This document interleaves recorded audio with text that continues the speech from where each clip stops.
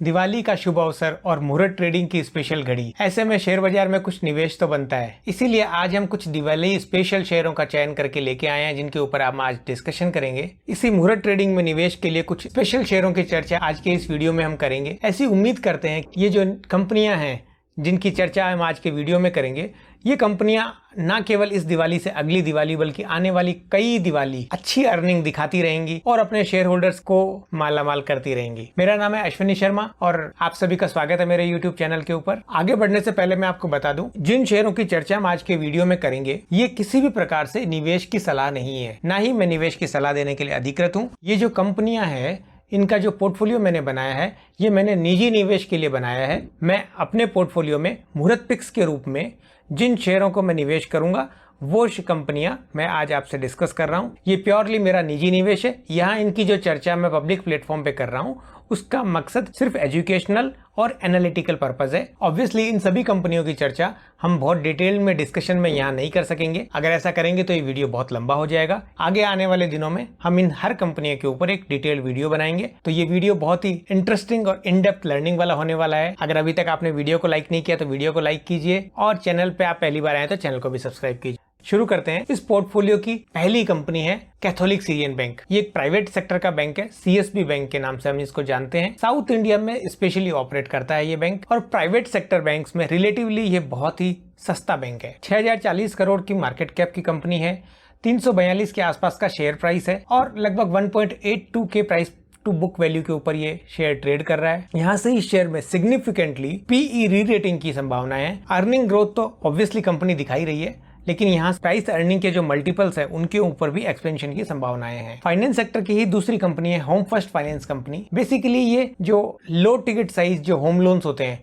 उनको कैटर करता है। अफोर्डेबल हाउसिंग फाइनेंस में आने वाली तेजी और कंपनी की एग्जीक्यूशन कैपेबिलिटीज को ध्यान में रखते हुए इस कंपनी में EPS ग्रोथ भी आने की प्रोबेबिलिटी है, मतलब कंपनी की अर्निंग भी बढ़ने की प्रोबेबिलिटी है और PE री रेटिंग भी पॉसिबल है। कंपनी की मार्केट कैप 8200 करोड़ रुपए की है और शेयर का भाव लगभग 930 रुपए के आसपास चल रहा है। तीसरी कंपनी का नाम है लक्स इंडस्ट्रीज। ये टेक्सटाइल की एक बहुत जानी मानी कंपनी है, स्पेशली होजरी सेक्टर में कंपनी प्ले करती है। सेक्टर रिवाइवल की वजह से ये कंपनी की PE री रेटिंग होने की और ग्रोथ दिखाने की पूरी प्रोबेबिलिटी है। बेसिकली जो इकोनॉमिकल इनर वियर जो मार्केट है उस सेक्टर की कंपनी एक प्रोमिनेंट लीडर है। लगभग 1450 रुपए का शेयर का भाव चल रहा है। 4500 करोड़ की मार्केट कैप की कंपनी है। टेक्सटाइल सेक्टर में होजरी इंडस्ट्री में पूरा सेक्टर ही टर्न अराउंड होने की पूरी संभावनाएं हैं, जिस हिसाब की इसकी टेलविंड बन रही है सेक्टर में और रूरल थीम को प्ले करने के लिए एक बहुत ही बढ़िया स्टॉक है। चौथा स्टॉक है क्राफ्ट्समैन ऑटोमेशन। ये कंपनी ऑटोमोबाइल इंडस्ट्री में है और स्पेशली ऑटो एंसेलरीज में कंपनी प्ले करती है। लगभग 10,400 करोड़ की कंपनी की मार्केट कैपिटलाइजेशन है। Company cutting edge industrial automotive tools बनाती है। ऑटोमोबाइल सेक्टर में आने वाली तेजी को प्ले करने के लिए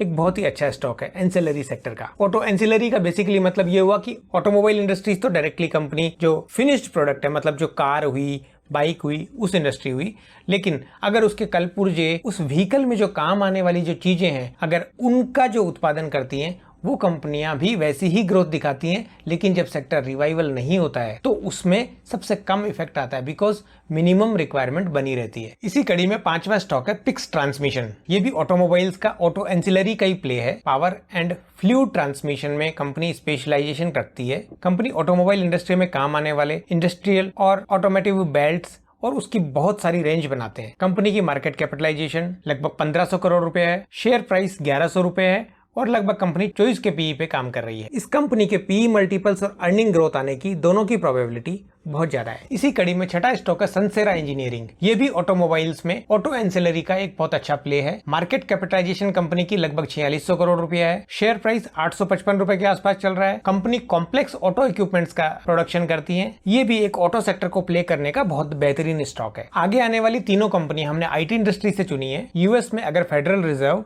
इंटरेस्ट रेट साइकिल को कम करते हैं यानी रोकते हैं और इंटरेस्ट रेट्स का अगर डाउन साइकिल शुरू होता है वहां पर, तो सबसे ज्यादा जो फायदा होने वाला है वो IT इंडस्ट्री को होगा। उस IT इंडस्ट्री की जो तेजी है वो ऑलरेडी रिफ्लेक्ट हो रही है शेयर प्राइसेस में। अभी भी इंटरेस्ट रेट चूंकि कटे नहीं है इसलिए अगर जब रियल में जब कटेंगे यहाँ से लेकर के तब तक बहुत एक बड़ी तेजी की संभावनाएं हैं। इसी कड़ी में हमने अर्निंग ग्रोथ दिखाने वाली 3 कंपनियों को चुना है। सबसे पहली कंपनी है न्यूजेन टेक्नोलॉजीज। लगभग 1200 रुपए का शेयर प्राइस है, 8300 करोड़ की मार्केट कैपिटलाइजेशन है, 40 के पीई पे शेयर काम कर रहा है। ईपीएस ग्रोथ कंपनी में ऑलरेडी आ रही है और पी री-रेटिंग की भी पूरी संभावनाएं हैं। इसी कड़ी में 7वां स्टॉक है एम्फेसिस। 41,500 करोड़ की मार्केट कैपिटलाइजेशन है कंपनी की, 2200 रुपए का शेयर प्राइस है लगभग और 28 के पीई पे कंपनी काम कर रही है। यहाँ पर भी प्राइस मल्टीपल में एक्सपेंशन की बहुत संभावनाएं हैं। कंपनी सस्टेन्ड अर्निंग ग्रोथ भी दिखा रही है, जिस वजह से ईपीएस ग्रोथ भी पॉसिबल है। इसी पिक्स में 9वां स्टॉक है इंटेलेक्ट डिजाइन अरेना। ये भी एक आईटी सेक्टर की कंपनी है। लगभग 9,600 करोड़ की मार्केट कैपिटलाइजेशन है, 660 रुपए का शेयर प्राइस है और कंपनी लगभग 28 के पीई पे काम कर रही है। तो इस प्रकार हमने इस पोर्टफोलियो में हमने 3 आईटी सेक्टर की कंपनी ली है, 3 ऑटोमोबाइल्स में ऑटो एंसिलरी सेक्टर की कंपनी ली है, एक बैंक, एक एनबीएफसी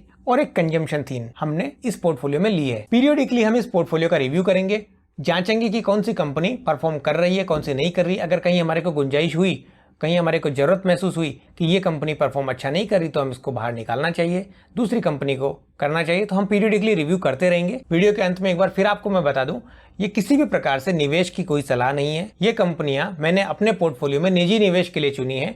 अगर ये कंपनियां आपको अच्छी लगती हैं तो आप इनकी स्टडी कीजिए। मैं यहाँ सिर्फ एक एजुकेशनल और लर्निंग के पॉइंट ऑफ व्यू से मैं आपको ये सब बातें बता रहा हूँ, क्योंकि जब भी हम निवेश करते हैं तो उसके जो जोखिम है वो हमारे को समझने चाहिए। बिकॉज ये शेयर बाजार है, तो हमारी जो रिस्क प्रोफाइल है, जो हमारी जोखिम लेने की क्षमता है, वो हमारे से ज्यादा बेहतर कोई नहीं जान सकता। इसलिए हमारे को कभी किसी दूसरे के बोलने पे निवेश नहीं करना चाहिए। हाँ, दूसरा, अगर हमारे को कोई आइडिया दे रहा है तो उस आइडिया को हमारे को एनालाइज करके अपनी स्टडी से जब हम कन्विंस करें तब उसको लेना चाहिए। तो होप ये वीडियो आपको बहुत अच्छा लगा होगा। अगर ये वीडियो अच्छा लगा तो वीडियो को लाइक कीजिए, अपने दोस्तों के साथ शेयर कीजिए और अगर चैनल को अभी तक सब्सक्राइब नहीं किया तो चैनल भी सब्सक्राइब कीजिए। और बातें हुए हमारे सभी यूट्यूब के दर्शकों को दिवाली की हार्दिक शुभकामनाएं। दिवाली आपके लिए बहुत ही शुभ हो, भगवान आपको सुख समृद्धि दे। धन्यवाद।